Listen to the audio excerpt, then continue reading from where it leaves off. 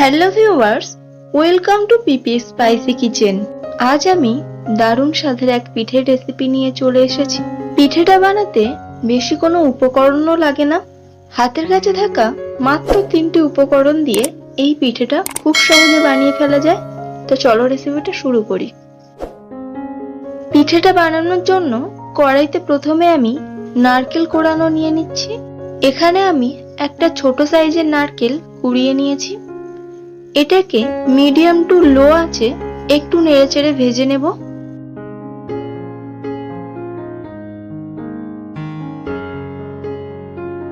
এরপর এর মধ্যে দিয়ে দেব 4 চামচের মতো চিনি, আর দারুণ একটা ফ্লেভারের জন্য 2টো এলাচ দিয়ে দিয়েছি।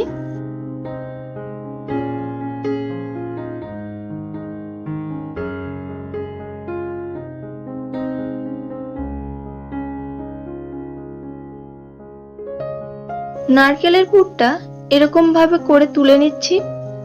এরপর কড়াইতে দিয়ে দিচ্ছি 1 কাপ জল। জলের মধ্যে দিচ্ছি স্বাদ মতো লবণ। লবণটা একটু গুলে নিচ্ছি। গ্যাসের ফ্লেমটা মিডিয়াম রাখছি।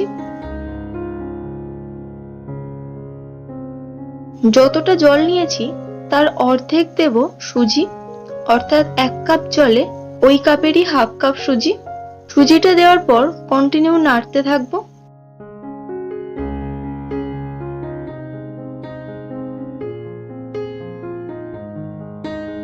তো নেড়েচেড়ে এরকম একটা ডো বানিয়ে নিয়েছি।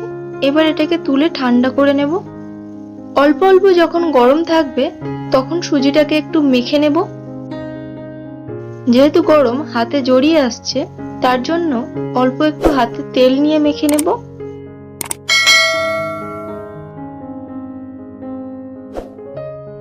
এরপর এই সুজিটা থেকে লেচি কেটে নিয়ে পিঠেগুলো বানিয়ে ফেলবো।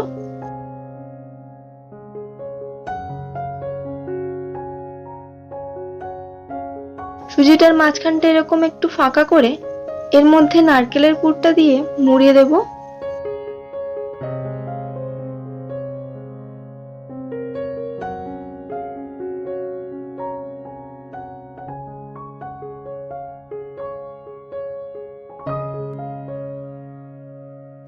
তারপর এটাকে এরম শেপে নিয়ে একটা চামচের সাহায্যে একটু ডিজাইন করে দেব।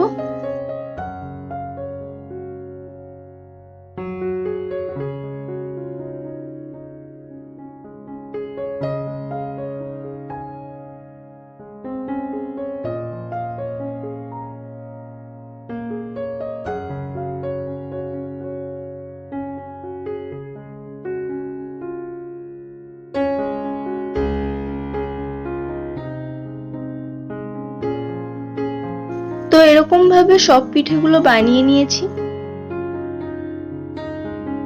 এরপর কড়াইতে বেশ খানিকটা রিফাইন অয়েল দিয়ে তেলটাকে গরম করে নেব। এরপরে আঁচটা মিডিয়াম টু লো রেখে পিঠেগুলোকে ভেজে নেব।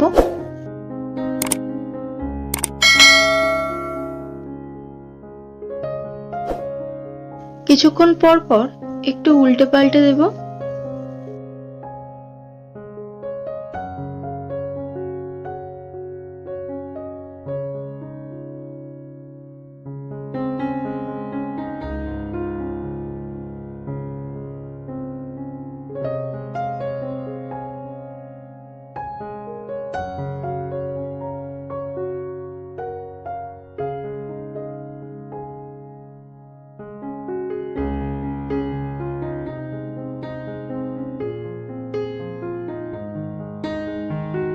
তো পিঠেগুলোকে এরকম লাল লাল করে ভেজে তুলে নিচ্ছি।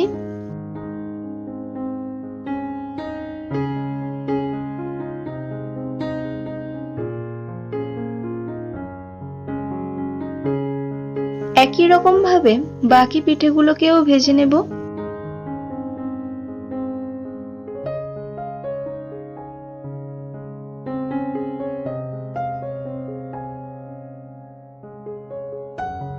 তো তোমাদের সবার কেমন লাগলো এই সহজ সুজির ভাজা পিঠের রেসিপিটি কমেন্ট করে অবশ্যই জানাবে। ভালো লাগলে একটা লাইক, আর আমার চ্যানেলে যারা নতুন তাদের কাছে অনুরোধ রইল চ্যানেলটিকে সাবস্ক্রাইব করে পাশে থাকার। সবাই ভালো থাকবে। আবার ফিরবো নতুন কোনো রেসিপির ভিডিও নিয়ে।